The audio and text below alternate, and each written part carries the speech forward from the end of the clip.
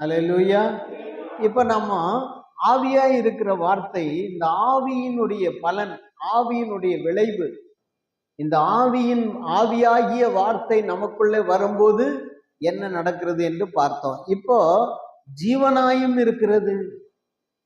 அந்த ஜீவனின் விளைவு என்ன? முதல்ல ஆவியின் விளைவை பார்த்துட்டோம். இப்ப ஜீவனின் விளைவு என்ன அப்படின்னு நாம பார்க்க போறோம். அதை நம்ம படிக்கலாம். யோவான் சுவிசேஷம் 1ஆம் அதிகாரம் 4ஆம் வசனம். யோவான் 1:4 படிங்க. அவருக்குள் ஜீவன் இருந்தது, அந்த ஜீவன் மனுஷனுக்கு ஒளியா இருந்தது. அல்லேலூயா. எல்லாருமே இருட்டுல கிடக்கான். பாவ இருட்டு, சாப இருட்டு, அக்கிரமத்தின் இருள், அந்தகார இருள், கொல்லாத ஆவிகளுடைய இருள், இப்படி எல்லாரும் இருளுக்குள்ள கிடக்கிறாங்க. ஆண்டோடைய வசனம் சொல்லுகிறது, இருள் இருக்கிற ஜனங்கள் பெரிய வெளிச்சத்தை கண்டார்கள்னு எழுதியிருக்கு. அப்போ அவருக்குள் ஜீவன் இருந்தது, அந்த ஜீவனாய் வர்ற வார்த்தை மனுஷனுடைய வாழ்க்கைக்கு ஒளியா இருக்கு. அல்லேலூயா. அந்த ஒளியானது இருளை அகற்றுகிறது. அந்த ஒளியை இருள் பற்றி கொள்ளவில்லை. அந்த ஒளியானது எந்த மனுஷனையும், எப்படிப்பட்ட மனுஷனையும் பிரகாசமாக்குகிறது. அல்லேலூயா. 1 மணி நேரம் ஜெபம் பண்ணிட்டு வீட்டை விட்டு வெளியே வந்து உன் கண்ணாடியை பாரு.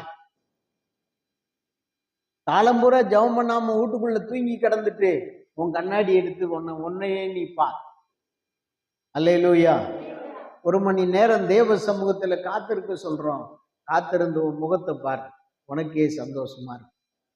ஏன்னா அவருக்குள் இருக்கிற ஜீவனானது அந்த ஜபத்தின் மூலமாக, வேத வார்த்தைகளை நீ உச்சரிப்பதின் மூலமாக, வாக்குத்தத்தங்களை நீ பேசுவதின் மூலமாய், வாக்குத்தத்தை விசுவாசத்தோடு சுதந்திரிக்கிறது மூலமா, பெற்றுக்கொள்ளுகிறது மூலமா உன் வாழ்க்கையில ஒளி பிரகாசிக்கிறது. அல்லேலூயா. அவருக்குள் ஜீவன் இருந்தது, அந்த ஜீவன் மனுஷனுக்கு எப்படி இருக்குது? ஒளியா இருக்கு. ஒளியா இருக்கு. எந்த ஒரு இருட்டும் அதை என்ன செய்ய முடியாது? தகர்க்க முடியாது. எந்த ஒரு இருட்டும் அதை பற்றி கொள்ள முடியாது. அது ஜீவ ஒளி. என்ன ஒளி? ஜீவ ஒளி, உயிருள்ள ஒளி. அந்த ஒளி இருளான அனுபவத்தை தூக்கி எறியும், இருளின் ஆதிக்கத்தை அழிக்கும், இருளான பிசாசினுடைய கிரியைகளை அழிக்கும். அது மனுஷனுக்குள்ள ஒளியை கொண்டு வரும். அல்லேலூயா. மனுஷனுக்குள்ளே அது ஒளியை கொண்டு வந்த உடனே அவனுடைய வாழ்க்கையில் இருக்கிற திகில்கள் எல்லாம் மாறும். அவனுடைய வாழ்க்கையில் இருக்கிற எல்லா விதமான பயம், குழப்பம், என்ன செய்துன்னு தெரியாத ஒரு சூழ்நிலை எல்லாமே மாறிடும். அந்த ஒளி உள்ள வந்த உடனே இவனுக்குள்ள அந்த ஒளியினுடைய ஜீவன் உள்ள எழுப்பி விட்டு என்னென்ன பண்ணணும், ஏது பண்ணணும்னு எல்லாத்தையுமே கரெக்டா சொல்லி கொடுக்கும். அல்லேலூயா. இரண்டாவது, அந்த ஜீவனின் விளைவு என்ன? அவருக்குள் ஜீவன் இருந்தது, அந்த ஜீவன் மனுஷனுக்கு ஒளியா இருந்ததுன்னு படித்தோம். இரண்டாவது, அவருடைய வார்த்தையின் விளைவு என்ன? வார்த்தையின் விளைவு ஜீவனா இருக்குதுன்னா அந்த ஜீவனின் விளைவு அடுத்தது யோவான் 5ஆம் அதிகாரம் 24ஆம் வசனம் ஒருத்தர் படிக்கலாமா? என் வசனத்தை கேட்டு என்னை அனுப்பினவரை விசுவாசிக்கிறவனுக்கு நித்திய ஜீவன் உண்டு, அவன் ஆக்கினை தீர்ப்புக்கு உட்படாமல் மரணத்தை விட்டு நீங்கி ஜீவனுக்கு உட்பட்டு இருக்கிறான். அல்லேலூயா. ஜீவனாய் இருக்கிற வார்த்தை நமக்குள்ள வரும்போது மரணத்தை விட்டு நீங்கி நாம ஜீவனுக்கு உட்பட்டவர்களாக இருக்கிறோம். அல்லேலூயா. மரணம் என்பது 2 மரணம் இருக்கு. மனுஷனுக்கு தெரிந்ததெல்லாம் ஒரே மரணம். வியாதி வந்து செத்து போனோம், ஆக்சிடென்ட்ல செத்து போனோம், தற்கொலை பண்ணி செத்து போனோம், விஷம் குடிச்சு செத்து போனோம், அல்லேலூயா, பேய் வந்து அடிச்சு செத்து போனோம். அதுதான் சாவுன்னு மனுஷன் எல்லாம் நினைச்சுக்கிட்டு இருக்கான். இன்னும் ஒரு சாவு இருக்கு, அது ஆத்தும சாவு. உலகத்துல சரீரம் கண்டிப்பா ஏதாவது ஒரு நாள் என்ன செஞ்சிடும், ஆண்டவருடைய நாள் வரும்போது, அந்த நாள் வரும்போது மரணமானது அந்த ஜீவனை எடுத்துக்கொள்ளும், எடுத்து வெளியே விட்டுரும். அது ஆண்டவர்கிட்ட போய் சேர்ந்து. மரணத்துக்கு, மரணத்தின் வல்லமை என்னதான் செய்யும், ஒரு மனுஷனுக்குள்ள இருந்து ஜீவனை உருவி வெளியில விடும். அதுக்கு மட்டும்தான் அதுக்கு அதிகாரம். அதுக்கப்புறம் அது வேற ஒன்றும் செய்ய முடியாது. ஆனால் அந்த ஜீவன் எங்க போவோம், ஆண்டவரிடத்துல போய் சேர்ந்துடும். அந்த ஆத்மாவிலே மரணம் ஏற்பட்டால் அது ஆண்டவர்கிட்ட போகாம நரகத்துக்கு போய். அதனாலதான் இந்த ஜீவனாய் இருக்கிற வார்த்தை ஒரு மனிதனை எப்படி என்ன படுத்துகிறது, ஜீவனுக்கு உட்படுத்துகிறது. அல்லேலூயா, ரொம்ப அழகான வார்த்தை அது.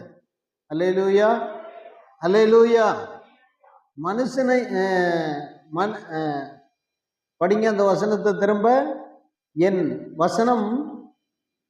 வசனத்தை கேட்டு என்னை அனுப்பினவரை விசுவாசிக்கிறவன் நித்திய ஜீவன் உண்டு, அவன் ஆக்கினை தீர்ப்புக்கு உட்படுவதில்லை, நீங்கி ஜீவனுக்கு உட்பட்டிருப்பான். ஆக்கினை தீர்ப்பே கிடையாதுப்பா அவனுக்கு.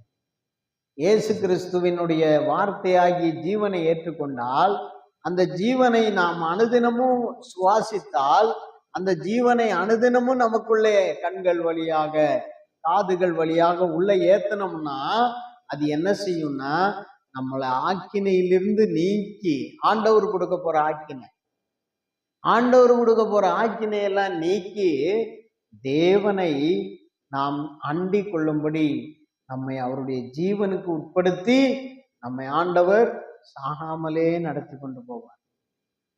எப்படி சாகாம? இந்த பூமியில நாம் ஆண்டவருடைய ஜீவனுக்கு உட்பட்டு இருப்போமானால் மரணமானது நமக்கு என்னதுதான், வெற்றி தான். மரணமானது நமக்கு வெற்றி தான். அது நமக்கு மரணமா இருக்காது.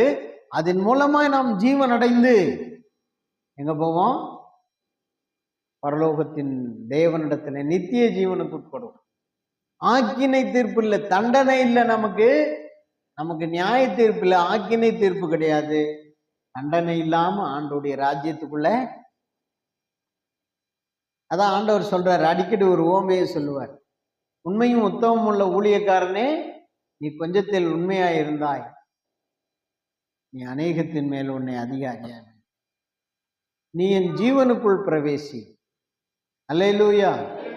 இரண்டாவது, அந்த ஜீவனாகிய வார்த்தையின் விளைவு என்ன, நம்மை மரணத்திலிருந்து நீக்கி ஜீவனுக்கு உட்படுத்துகிறது. மரணத்திலிருந்து நீக்கி ஜீவனுக்கு உட்படுத்துகிறது. எத்தனை பேருக்கு ஆத்ம மரணம், சரீர மரணம் வேணுமா? அல்லேலூயா. ஒண்ணு கர்த்தர் வரும்போது அப்படியே உயிரோடு எடுத்துட்டு போயிடுவார். மறுரூபத்தை உண்டு பண்ணி சரீரத்தை சேஞ்ச் பண்ணி அப்படி மகிமையா தூக்கிட்டு போயிடுவார். கர்த்தர் வராதுக்கு முன்னால நாம மரிக்க வேண்டி இருந்தால் நம்முடைய மரணம் என்பது அடக்கம் பண்ணப்படுவோம். ஒரு நாள் வரும், செத்து போய் மண்ணுக்குள்ள கிடக்கிற அந்த சரீரம் டக்குன்னு தேவனுடைய ஆவியானவர் அங்கே அதை உயிர்ப்பிச்சு அதுக்கு நல்ல உருவம் கொடுத்து கொண்டு போய். அல்லேலூயா. எத்தனை பேருக்கு அப்படி போகணும்? அதுதான் நம்முடைய வாழ்க்கையினுடைய நோக்கமே, அதுதான். அல்லேலூயா. சரி, மூன்றாவது அந்த ஜீவனின் விளைவு என்ன? பிலிப்பியருக்கு எழுதின நிருபம் 1ஆம் அதிகாரம் 21ஆம் வசனம். பிலிப்பியர் 1:21 படிங்க சீக்கிரமா. கிறிஸ்து எனக்கு ஜீவன், சாவு எனக்கு ஆதாயம். போதும். போதும். அல்லேலூயா. அப்போ கிறிஸ்து எனக்கு ஜீவன், சாவு எனக்கு ஆதாயம். அதை சாவை ஆதாயமாய் மாற்றுகிற வல்லமை ஜீவனுக்கு இருக்கு. ஆவியின் ஜீவனமான வார்த்தையில தாமசையா கொஞ்சம் முடியலன்னா எழும்பி நில்லு. ரொம்ப தலையை குனிஞ்சு ரொம்ப கஷ்டப்படுற மாதிரி இருக்கு. எழும்பு, சொன்ன எழும்பு. அல்லேலூயா, அல்லேலூயா, ஸ்தோத்திரம். அப்போ சாவை ஆதாயமாக்குகிற ஒன்று இந்த உலகத்துல இருக்குதுன்னா அது கிறிஸ்துவுடைய ஆண்டவருடைய ஆவியின் ஜீவனமான வார்த்தை மட்டும்தான். வேற எதுவுமே சாவை ஆதாயமாக்காது. சாவுக்கு எத்தனை பேர் பயப்படாம இருக்கான்? சாவு வருதுன்னா பயப்படுறான். சாவுன்னு ஒண்ணு சொல்லிட்டா வருது. வியாதி வந்துட்டாலே பயப்படுறான். அல்லேலூயா. பிள்ளைகளெல்லாம் கூப்பிட்டு சொல்றான், நான் செத்துருவேன் போல இருக்கு. இவர் யாரு சொன்னா செத்துருவேன் போல இருக்கு? போல இருக்குதான், செத்துருவேன் போல இருக்கு. அதனால கடைசி நேரத்துல என்கிட்ட கையெழுத்து வாங்க வேண்டியவெல்லாம் வாங்கிக்க. அல்லேலூயா. என்கிட்ட சொல்ல வேண்டியதெல்லாம் சொல்லிடுங்க. எல்லாரும் என்கிட்ட வந்துடுங்க, எல்லாரும் பக்கத்துல வந்துடுங்க, எல்லாரும் என் பக்கத்திலே இருங்க, எனக்கு பயமா இருக்கு அப்படி இப்படிங்கிறான். ஆனா இயேசு கிறிஸ்துவுடைய ஆவியின் ஜீவனமான வார்த்தையை ஏற்றுக்கொண்டவன் எவ்வளவு கொடுமையான வியாதியில பலவீனத்துல மறிக்க போனாலும் சந்தோஷமா அல்லேலூயா, அல்லேலூயா. சமீபத்துல கேள்விப்பட்டேன், ஒரு மனிதன் இறந்தார். இறக்கும்போது அது சொல்றாராம், இருங்க ஆர்ப்பரிக்கிற சத்தம், ஆராதனை சத்தம் கேட்குது அப்படின்னு சொன்னாராம். இருங்க ஆராதனையினுடைய சத்தம் கேட்குது அப்படின்னு அந்த சத்தத்தை கவனித்து கொண்டே இருந்தபடியே போய் சேர்ந்தார். சிரிச்சுக்கிட்டே. ஒரு பாண்டிச்சேரியில தவளக்குப்பத்துக்கு பக்கத்தில் அரியாங்குப்பம்னு நினைக்கிறேன். ஆமாம், அரியாங்குப்பத்துல தான் அவருடைய வீடு இருக்கு. அங்கே ஒரு தேவமணி ஒரு மனுஷன் இருந்தார். அவர் சாக்கு தைக்கிறதுல எக்ஸ்பர்ட். இந்த பழைய கோணியெல்லாம் தைக்கிறாங்கல்ல, சணல் சாக்கு தயாரிக்கிற குடும்பம் எல்லாமே அந்த வேலை தான். மாமன் மச்சான் எல்லாருமே அந்த வேலை தான். கம்பெனியே அவங்க தான் வேலை செய்யறதே. அப்படி இருந்தவர், நல்லா பயங்கரமா இந்து வைராக்கியமா இருந்தவர். அல்லேலூயா. அவருடைய அண்ணனும் ஆண்டவரை ஏற்றுக்கொண்டார், இவரும் ஆண்டவரை ஏற்றுக்கொண்டார். ஆனா கிட்டத்தட்ட 90 வயசுக்கிட்ட இருக்கும்னு நினைக்கிறேன். அப்படியும் சைக்கிளை ஓட்டிக்கிட்டு நேரா ஜம்முன்னு பாண்டிச்சேரியில தவளக்குப்பத்தில் இருக்கிற சர்ச்சில் நிறைய வேலை செய்வாராம். ஸ்தோத்திரம். அவரு பிள்ளைகள்ல பல பிள்ளைகள் ஊழியம் செய்கிறாங்க. அதே மாதிரி நல்ல எல்லாருக்குமே நல்ல ஒரு வாழ்க்கையை அமைச்சு கொடுத்தார். சாகும்போது அவர் முடியாமல் படுத்திருக்காராம். எல்லாரும் உட்காந்துக்கிட்டு பேசிக்கிட்டு இருக்காங்களாம். அவங்க மனைவியெல்லாம் பக்கத்தில் தான் உட்காந்துருக்காங்களாம். சொல்கிறாரு, தட்டி அமைதியா இருங்க, தேவ தூதர்கள் பாடுற சத்தம் கேட்குது அப்படின்னு அந்த பாட்டை அப்படியே சந்தோஷமா ரசிச்சுக்கிட்டே இருந்தாராம். அப்படியே ரசிச்சுட்டு இருக்கும்போதே அவங்க இப்படித்தான் எல்லாரும் சாவுறானா? உலகத்தான் இப்படித்தான் சாவுறானா? அல்லேலூயா. ஐயோ எனக்கு ஒப்பேறி போச்சு, சாவு போறேன்ட்டான் டாக்டரு, முடிஞ்சு போச்சு. ஐயோ எனக்கு 2 கிட்னியும் போயிடுச்சு. ஐயோ இன்னொருத்தருக்கு பயங்கரமா மூச்சே விட முடியல. என்னெல்லாமோ பண்ணி எப்படி எல்லாமோ சாவு. அல்லேலூயா, அல்லேலூயா. ஆனா தேவனுடைய பிள்ளைகள் ஆண்டவருடைய வார்த்தையாயிருக்கிற ஜீவனும் ஆவியும் ஜீவனுமான வார்த்தையை ஏற்றுக்கொண்டவர்கள் சாவை ஆதாயமாக்கி கொள்ளுகிறார். அவங்களுக்கு மட்டும்தான் சாவு ஆதாயம். மீதி எல்லாருக்கும் சாவு என்னது? நஷ்டம். வாழ்க்கை நஷ்டப்பட்டு போச்சு. அதான் வேதம் சொல்லுது, மனிதன் உலகம் முழுவதையும் ஆதாயப்படுத்தி கொண்டாலும் தன் ஜீவனை நஷ்டப்படுத்தினால் அவனுக்கு லாபம் என்ன? ஒரு கதை போட்டிருந்தேன். ரூத் சைல்டுன்னு சொல்லி ஒரு பெரிய பணக்காரன், மிகப்பெரிய கோடீஸ்வரன், பிரிட்டன் தேசத்துல அந்த தேசத்துக்கே சில வேளை அரசாங்கத்துக்கு கடன் கொடுக்குற அளவுக்கு பெரிய பணக்காரர் அவர். சொந்தமா ஒரு தனிய ஜெட் விமானம் இருக்கு. எத்தனை பேர் கேட்டீங்க? பார்க்கல, நம்ம நிகழ்ச்சியெல்லாம் பார்க்கறதே கிடையாது. ஜெட்டு விமானம் இருக்கு. அவர் என்ன செய்வாரோ அடிக்கடி எடுத்து உல்லாச பயணம் போயிட்டு வருவார். இப்படி அவர் வரும்போது தான் எல்லாம் பார்ப்பாங்க. வர இல்ல டைம்ல அவர் எங்கேயாவது வெளியே போயிருப்பாருன்னு நினச்சிக்குவாங்க. இவர் ஒரு நாள் என்ன பண்ணாரு, தன்னுடைய மிகப்பெரிய பங்களாவுக்கு நடுவில் இருக்கிற மிகப்பெரிய லாக்கர், அந்த லாக்கரை திறந்து உள்ள இருக்கிற பணம் நகைகள்லாம் பார்த்துட்டு வரலான்னு உள்ள போனார். உள்ள போயிட்டு உள்ள போனவர் என்ன பண்ணிட்டாரு, கையறியாம பட்டுன்னு கதவை லாக்கருடைய டோரை சாத்திட்டாரு. உள்ள இருந்து திறக்க முடியாது. உள்ள இருந்து திறக்கக்கூடிய வாய்ப்பு இல்லை. சாவி வெளியில இருக்கு. இவர் உள்ள வந்து பூட்டிவிட்டார்.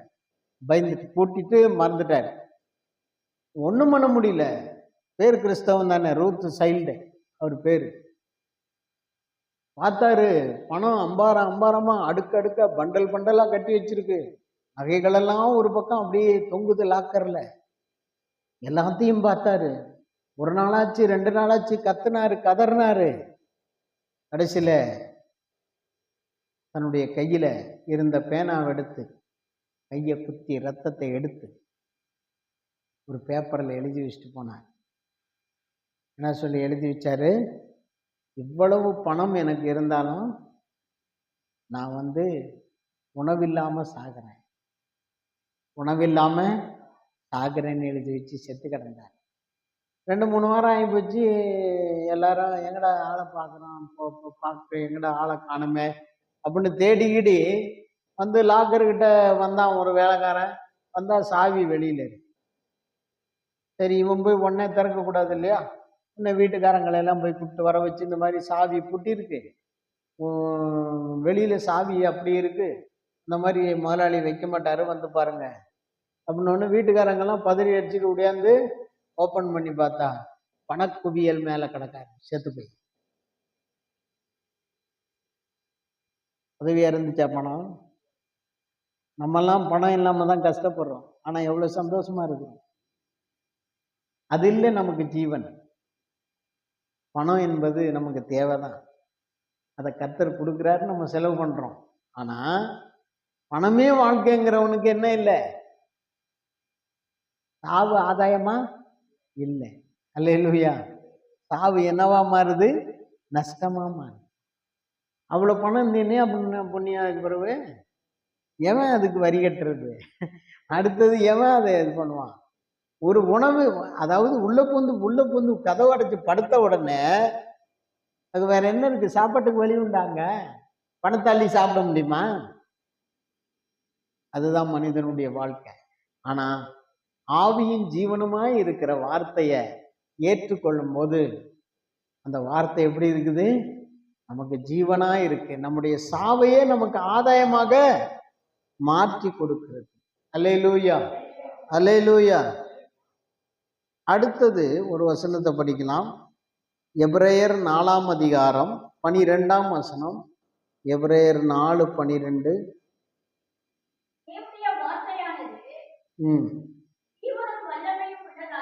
ஜீவனும் வல்லமையும் உள்ளதாயும்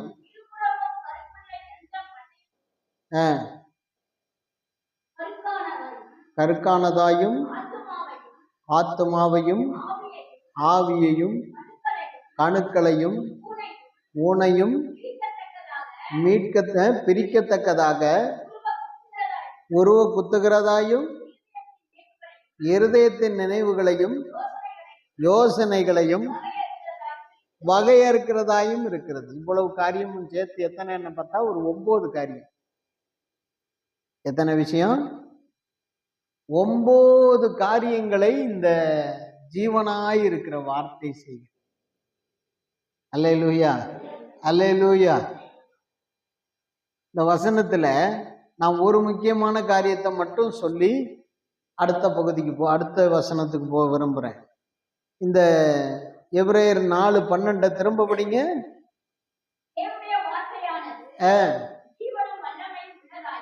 வல்லமை உள்ளது. போதும். அல்லேலூயா.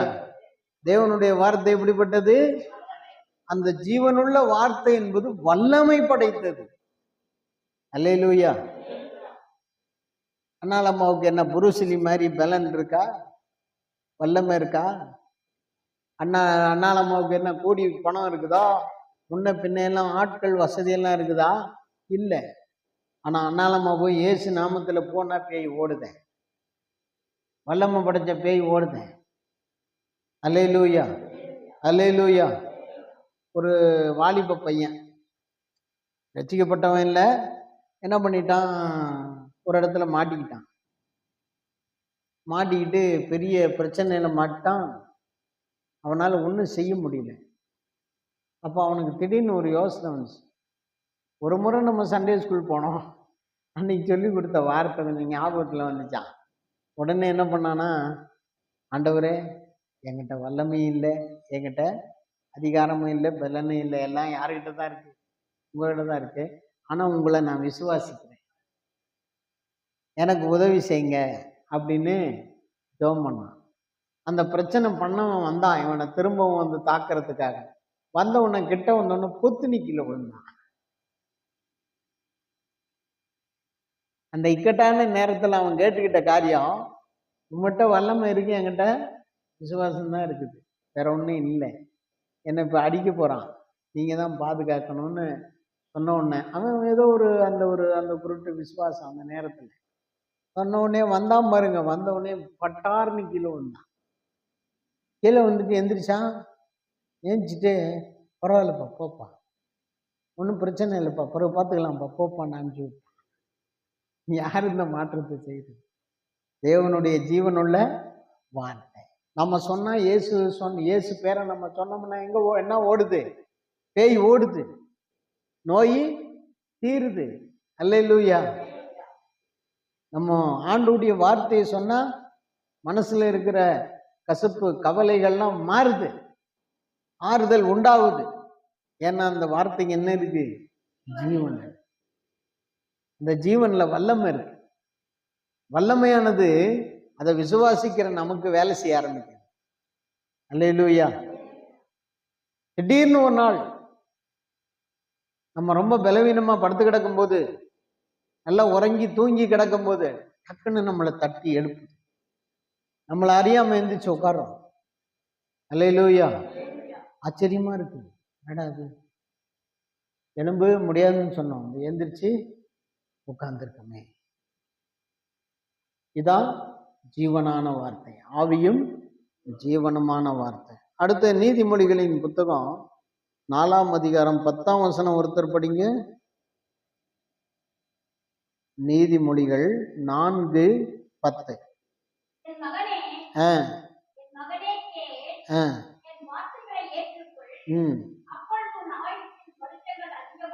ஆயுசின் வருஷங்கள் அதிகமாகும். போதும் போதும் போதும். அல்லேலூயா. இந்த ஆண்டோடைய ஜீவனாகிய வார்த்தை நம்முடைய ஆயுசின் வருஷங்களை என்ன செய்து? அதிகமாக்கு. ஆயுசின் வருஷங்களை அதிகமாக்கு. இப்போ அண்ணாலம்மா சாட்சி சொன்னா சொல்லும். அது கனி பார்த்துக்கிட்டு குறி பார்த்துக்கிட்டு நல்லா அநேக தெய்வங்கள்கிட்ட போய் வந்து நல்லா குத்து விளக்கெல்லாம் வச்சு கொளுத்தி கிழுத்தி எல்லாம் பண்ணிக்கிட்டு இருக்கிற காலத்தில் அதுக்கு ஒரு போராட்டம் வந்து அது செத்துருச்சுன்னு எல்லாம் இளநீ சீவி பக்கத்தில் வச்சுட்டாங்க, உயிர் போயிரும்னு. அல்லேலூயா. விளக்கெல்லாம் கொளுத்தி வச்சுட்டாங்க பக்கத்தில். இது அந்த அளவுக்கு வாடி போய் தாக்கப்பட்டு பிசாசு பயங்கரமாக அதை பலவீனப்படுத்திருச்சு. ஆனால் அதுக்கு கொஞ்சம் ஆண்டவரை பற்றிய அறிவு. அப்போ பிசாசு ஜன்னல் வழியாக கையை நீட்டுவான் குத்துறதுக்கு. அப்போ அது ஆண்டவர் என்ன பண்ணுறாரு? பாட்டிலில் தண்ணியை அதுக்கு ஊற்றினாராம். ஊற்றினோன்னா அது தண்ணி குடிக்க குடிக்க குடிக்க அது எந்திரிச்சிருச்சு. என்னடா அது செத்து போகணுன்னு பார்த்தா எந்திரிச்சிருச்சு. அல்லேலூயா. இன்னைக்கு எந்திரிச்சு, இன்னைக்கும் உயிரோட இருக்குது. எத்தனை வருஷங்களாச்சு அது நடந்து? ஆனால் இன்னைக்கும் இந்த ஆயுசு நாட்கள் அது என்ன செய்யுது? ஆண்டோடைய வார்த்தை நீட்டி கொடுக்குது, ஆயுசு நாட்களை அதிகமாக்குது, விருத்தி அடைய வர்த்திக்க பண்ணுது. ஆயுசின் வருஷங்களை வர்த்திக்க பண்ணுகிற வார்த்தை, விருத்தி அடைய பண்ணுகிற வார்த்தை தான் என்ன வார்த்தை? ஆவியும் ஜீவனுமான வார்த்தை. அல்லேலூயா. இன்னைக்கு அநேக தேவ பிள்ளைகள் செத்துருவாங்கன்னு நினைச்சேன். இன்னைக்கு பார்த்தா என்னுடைய சாட்சியை கேட்டீங்கன்னா 2025வது வருடம் தொடங்கினது தான் தெரிஞ்சிச்சு. கஷ்டப்பட்டு தொடங்கினோம். தொடங்கி 1-2 மாசத்திலேயே என்னை சத்துரு முடக்கிடுச்சு. என்னுடைய கட்டில் எனக்கு வேதனையான கட்டில் ஆயிடுச்சு. என்னை யாரும் பார்க்க வரல, என் சொந்த பந்தம் யாரும் என்னை பார்க்க வரல. உங்களுக்கும் எனக்கும் தான் அந்த பலவீனங்கள் தெரியும். மிக பயங்கரமான பலவீனம். இந்த 40 நாள் ஜபம்லாம் நடக்கும்போது பாசமாக தான் முழுக்க நடத்தி முடிச்சிருக்காங்க. நான் அப்படியே மெதுவா, நீங்கெல்லாம் கண்ணை மூடி இருக்கிற நேரம் பார்த்து அப்படியே நகர்ந்து மெதுவா அப்படியே வந்து அந்த சேர்ல என்னை மடக்கி உட்கார வைக்கிறதுக்கு முடியாது. நானே எனக்கு என் உடம்பு எனக்கே கீழ்ப்படியலை. அப்போதான் நான் ஒரு காரியம் புரிஞ்சுக்கிட்டேன். ஆண்டவர் நினைக்கலன்னா நம்ம கையை கூட நமக்கு உதவி செய்யாது. அல்லேலூயா. அப்படி இருக்க சுத்தமா பலவீனமாயிட்டேன். கட்டில விழுந்து எழும்ப முடியல. கட்டில கிடந்த கடையாவே போயிட்டேன். என்னெல்லாமோ பண்ணி பார்த்துச்சு. கட்டில கடந்த கடை. பாசமா ஜெபிக்கிறான். ஜெபிக்கும்போது நான் பாட்டுக்கு உட்காந்து, சரி சாவு வந்துருச்சு, காலம் முடிய போது போல. அல்லேலூயா. அந்த அளவுக்கு உடம்புல பலவீனம் தாக்கிடுச்சு. ஆனா வருஷம் முடிவதற்குள்ளாக திரும்பவும் கர்த்தர் பலப்படுத்தி நிற்க பண்ணியிருக்கார். நான் நிற்பேன்னு நினைக்கவே இல்லை. இப்படி நின்று பிரசங்கம் பண்ண முடியும்னு எனக்கு நம்பிக்கையே கிடையாது. ஆனா கர்த்தர் நிற்க வச்சு, கர்த்தருடைய ஜீவனான வார்த்தையை நம்புறேன், அதை தியானிக்கிறேன், விசுவாசிக்கிறேன், உங்களுக்கு பிரசங்கம் பண்றேன். இந்த வார்த்தை என்ன சும்மா விட்டுருமா? அல்லேலூயா. என்னை மறுபடியும் எழும்பி நிற்க வச்சு. அல்லேலூயா. இதான் ஜீவனான வார்த்தையை நீங்க விசுவாசிக்கணும். இந்த ஜீவனும் ஆவியும் ஜீவனமாய் இருக்கிற அந்த வேத புத்தகத்தை நீ விசுவாசிக்க நீ இதை படிக்க நீ இதுல உன்னுடைய கவனத்தை செலுத்த, அதாவது நக்களுக்கு படிச்சான்னா ஒன்றும் புரியாது. ஆண்டவர் கண்ணை அடைச்சி விடுவாரு. அவனால படிக்கவே முடியாது. தூக்கத்தை உண்டு பண்ணி கீழே வச்சுவே படுத்துவான். ஆனா உண்மையிலேயே இதை ஆவியின் ஜீவனமான வார்த்தைகள் என்ற எண்ணத்தோடு படிக்க ஆரம்பித்தால் அது என்ன வேலை செய்யுதுன்னு அவன் படிச்சுக்கிட்டு இருக்கும்போதே தெரியும். அல்லேலூயா. ஒருத்தன் என்ன பண்ணானா, RSS காரன் ஒருத்தன் எப்படியாவது இந்த பைபிளை கிரிட்டிசிசம் பண்ணணும், அதுக்காக நம்ம படிக்கணும்னு பைபிளை உழுந்து படிச்சான். அல்லேலூயா. ஒரு சபைக்கும் அனுப்பி வச்சாங்க. இந்த சபைக்கு நீ போ, விசுவாசி மாதிரி நடி, பைபிள் ஒன்று கையில் வச்சுக்க, டெய்லி படி, இதுலேருந்து என்னெல்லாம் சொல்லப்பட்டிருக்கோ அதில் உள்ள விஷயங்கள்லாம் எடுத்துகிட்டு நீ அடுத்தது நம்ம என்ன செய்யணும், இந்த கிறிஸ்தவத்தை ஆழ்த்தி பேசணும், நமக்கு அதுக்கு விரோதமாக நம்ம நடக்கணும், அதுக்கான ஏற்பாடெல்லாம் நீ போய் படி அப்படின்னு அனுப்பிச்சிருக்காங்க. இவன் வந்தான், விசுவாசி மாதிரி நடித்தான், ஸ்தோத்திரம் பண்ணான், எல்லாமே பண்ணான், பைபிள் படித்தான், எல்லாம் பண்ணான். அல்லேலூயா. அல்லேலூயா. ஒரு 2-3 மாசம்தான் வந்திருப்பான். 4வது மாசத்துல கம்பெனியில ஆளை காணும். எந்த கம்பெனியில? அனுப்பி விட்ட கம்பெனியில. என்னன்னா போனவன் திரும்பி ஒவ்வொரு வாரமும் அறிக்கை கொடுக்கணும்னு சொல்லியிருக்கேன், இவன் வரவே காணோம் அப்படின்னு பார்த்தா ஆள் அங்கேயே இருக்கான். சர்ச்சில் ஐக்கியமாயிட்டான். திரும்ப சொன்னாங்களாம், பாஸ்டர் வந்தாரு, என்னப்பா போலையா கம்பெனிக்கு? அவன் கரெக்டாக கண்டுபிடிச்சிடுறேன் பாஸ்டர், இவன் எங்கேருந்து வந்திருக்கான்னு எல்லாம் தெரிஞ்சுட்டு இருக்கிறேன். என்னப்பா போலையா? இல்லை பாஸ்டர், இந்த வார்த்தை என்னை தொட்டுச்சு, அதுக்கு ஒரு ஒன்று ரெண்டு வசனத்தை சொல்லி இந்த வசனத்துக்கு நான் என்னை அர்ப்பணிச்சிட்டேன். நான் வந்தது என்னமோ பேசக்காரனா தான் வந்தேன், நடிக்கிறவனா தான் வந்தேன், உங்களை குற்றம் கண்டுபிடிச்சு பைபிள்ல படிச்சு பைபிள்ல இருந்து எதிர பிரசங்கம் பண்ண தான் வந்தேன். ஆனா இன்னைக்கு நான் ஆண்டவருடைய பிள்ளையா மாறி இருக்கேன் அப்படின்னு சாட்சி சொன்னேன். அல்லேலூயா. அந்த மனுஷன் மலைவாழ் மக்கள் மத்தியில போய் கர்த்தருடைய சுவிசேஷ பணியை செஞ்சு அங்க அந்த ஜனங்களுக்கு ஒரு சுவிசேஷ சபையை கட்டி அந்த ஜனங்களை கொண்டே அந்த கிராமத்திலிருந்து பட்டணத்துக்கு வர்றதுக்கு ரோடுகள்லாம் அமைச்சு நீங்க மிகப்பெரிய ஊழியத்தை செய்தார். இடையில சாட்சியா வந்துருந்துச்சு, ஒரு படமாவே எடுத்து மோகன் சி அதை அனுப்பியிருந்தாங்க. பாருங்க, ஆவியின் ஜீவனமான வார்த்தை ஒரு மனுஷனுக்குள்ள வரும்போது அவன் கெட்டவனா இருந்தாலும் அவனை நல்லவனா மாற்றி. அல்லேலூயா.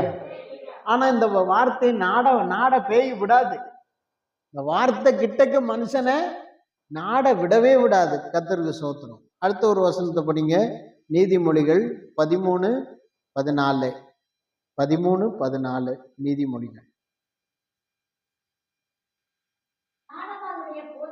ஞானவானுடைய போதகம் ஜீவ ஊற்று, அதனால் மரண கண்ணிகளுக்கு தப்பலாம்.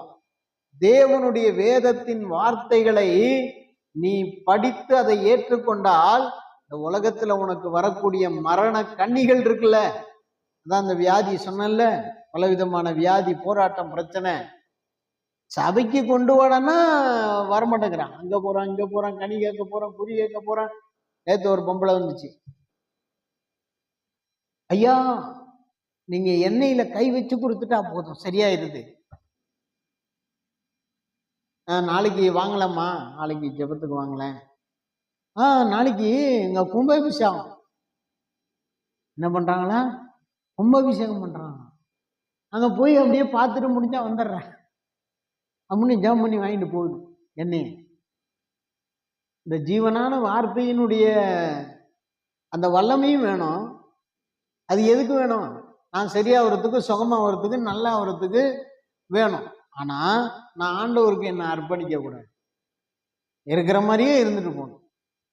அல்லேலூயா. இருக்கிற மாதிரியே இருக்கணும்.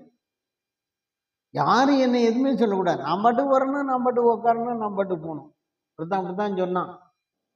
என்னை யாரும் எதுவும் கேட்கக்கூடாது. நான் பாட்டுக்கு பின்னால வருவேன், உட்காருவேன், ஏஞ்சி போவேன்.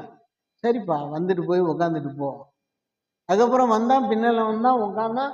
பார்த்தா இப்ப பார்த்தா அதுக்கு பிறகு மாசக்கணக்காச்சு, பின்னால வரவும் இல்லை, உட்காரவும் இல்லை, போகவும் இல்லை, கிளம்பிட்டான் ஒரே அடியா. கர்த்தருக்கு ஸ்தோத்திரம். ஆவியின் ஜீவனமா இருக்கிற வார்த்தை அவனுக்கு கசந்துச்சு, அவனை குத்துச்சு, அவனுக்கு திருந்த வாய்ப்பு இல்லை. அதனால அவன் அத்தோட போய் சேர்ந்தான். சிலவேளை ஆவியின் ஜீவனமா இருக்கிற வார்த்தைகளை நம்ம அவங்களுக்கு சொல்லி உற்சாகப்படுத்தும் போது, நல்லா இருக்கும்போது கேட்கறான், கொஞ்சம் கசப்பா இருக்கும்போது கேட்க மாட்டாங்க. அல்லேலூயா, அல்லேலூயா. எங்க ஊர்ல ஒரு வைத்தியர் இருந்தார், சுக்கூர் தேவர்னு பேர். அவருக்கு பேர். அவர் பெரிய வைத்தியர். அவர் தான் எல்லாருமே அங்கதான் வருவாங்க, நாட்டு வைத்தியர். எனக்கு உடம்பெல்லாம் பயங்கரமான புண்ணு. அவர் ஒரு மருந்து கொடுத்தார்.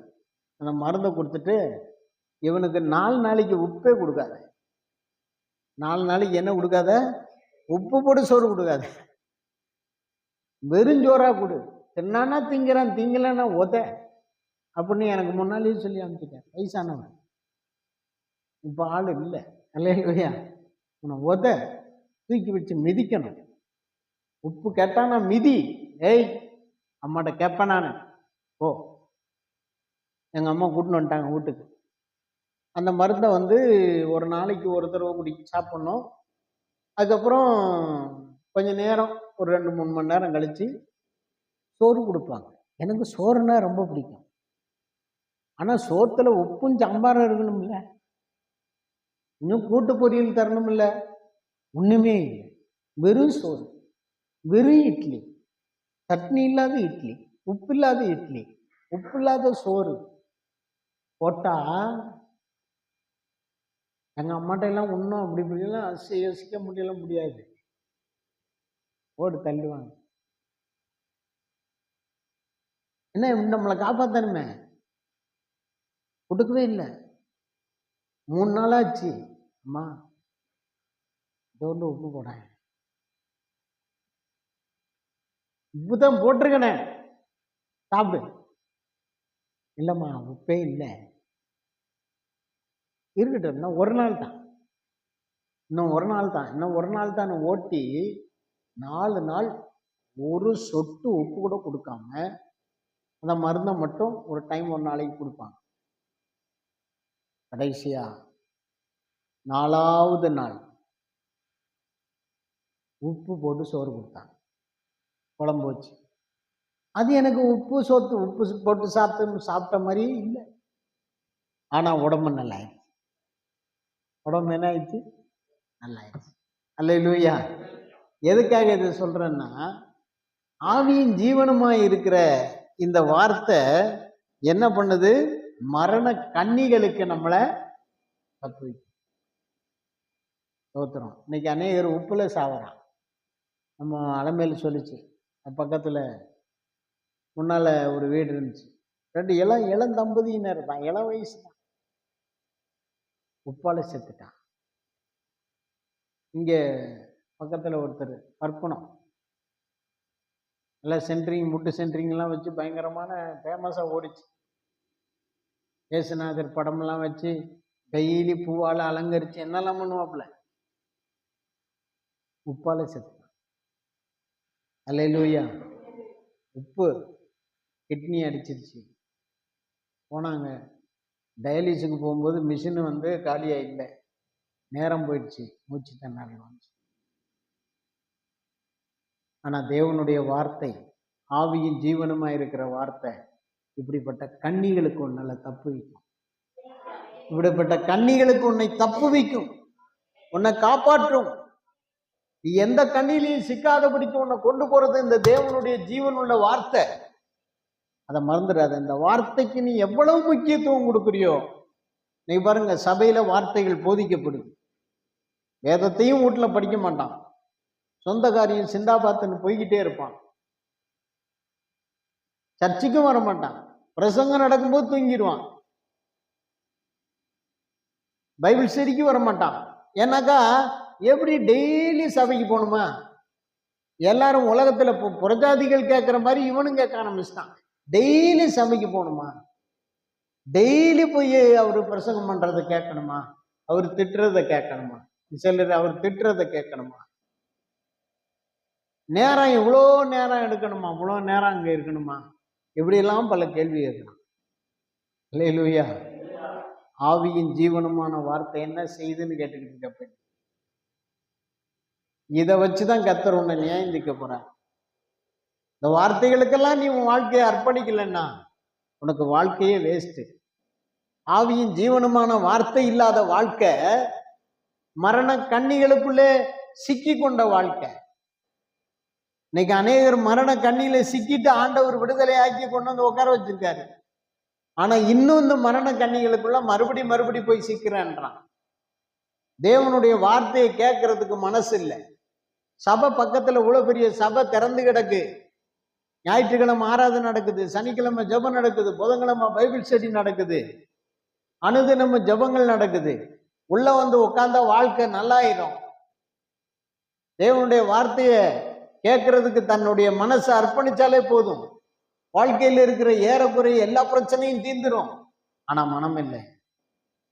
மதத்தையும் ஜாதியையும் குலத்தையும் கோத்திரத்தையும் தன்னுடைய பாரம்பரியத்தையும் தன்னுடைய அநியாயமான கற்பனைகளையும் சிந்தனைகளையும் நம்பி ஓடிக்கிட்டு இருக்கான். அவனுக்கு எப்படி ஆவியின் ஜீவனுமான வார்த்தை கிடைக்கும்? கர்த்தருடைய வார்த்தை, வேதத்தில் இருக்கிற வார்த்தை, அவருடைய வாயிலிருந்து புறப்பட்ட வார்த்தை ஆவியா இருக்கு, ஜீவனா. அல்லேலூயா. கடைசியா ஒரு வசனத்தை சொல்லி முடிக்கிறேன். சங்கீதம் 16:11.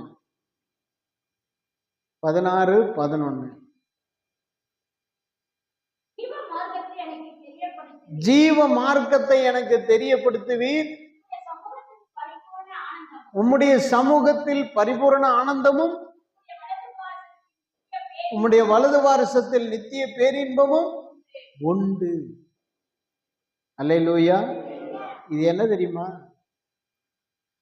ஆனந்தம், பேரின்பம், இவைகளெல்லாம் நிறைந்த இந்த ஜீவ வார்த்தை. அல்லேலூயா. ஜீவ மார்க்கம். இந்த வார்த்தை உனக்கு வழிகாட்டுகிற வழியாக அமைகிற மார்க்கமா இருக்குது.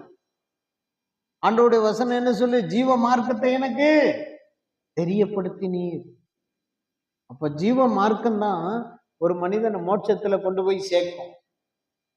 ஜீவ மார்க்கம் தான் ஒரு மனிதனை ஆண்டவருடைய சமூகத்துல, உலகத்துல இருக்கிற இந்த எல்லா விதமான தீமைகளுக்கும் விலக்கி நம்மளை கொண்டு போய் சேர்க்கக்கூடிய தேவன், நம்மளை படைச்சவர், நமக்காக உருவாக்கி வைத்திருக்கிற அந்த எல்லையற்ற தேசமாகிய அந்த மோட்சத்துல, பரலோகத்துல, அந்த 4ஆம் பதியில, சொர்க்கத்துல நம்மளை கொண்டு போய் சேர்க்கும்.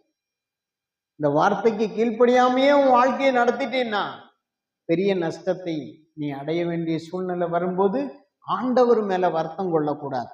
நான் இன்னைக்கு உனக்கு தீர்க்க தரிசனமா கூட சொல்றேன். நான் சொல்லணும்னு சொல்லலை.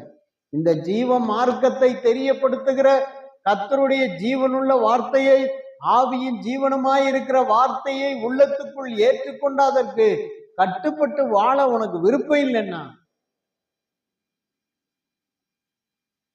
நீ மரண கண்ணிகளிலே சிக்கி, அல்லேலூயா, நீ ஜீவனை, உன்னுடையவைகளை, உனக்குரியவைகளை இழக்க நேரிடும். அப்ப நீ வருத்தப்படக்கூடாது. ஜீவ மார்க்கத்தை எனக்கு தெரியப்படுத்துவி, ஆண்டவருடைய சமூகத்துல பரிபூரண ஆனந்தமும் உடைய வலது வாரிசத்தில் நித்திய பேரின்பமும் உண்டு. இது வேண்டான்னா நீ ஒரு இக்கட்டான சூழ்நிலையை சந்திக்க நேரிடும், ஒரு இழப்பை சந்திக்க நேரிடும்.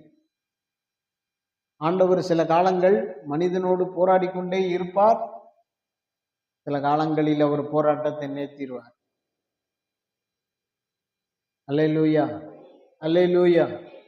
போராட்டத்தை நிறுத்திடுவார். அநேகருடைய வாழ்க்கை இன்னைக்கு மிக பரிதாபமான நிலைமையில, ஆண்டவர் அறிந்தவங்க தான், ஏற்றுக்கொண்டவங்க தான், ஆண்டவருக்கு பிரியமா நடக்கிறேன்னு சொன்னவங்க தான், நான் முழுமையா அர்ப்பணிக்காதனால வாழ்க்கை முடிஞ்சு போச்சு. அநேகருடைய வாழ்க்கை முடிஞ்சு போச்சு.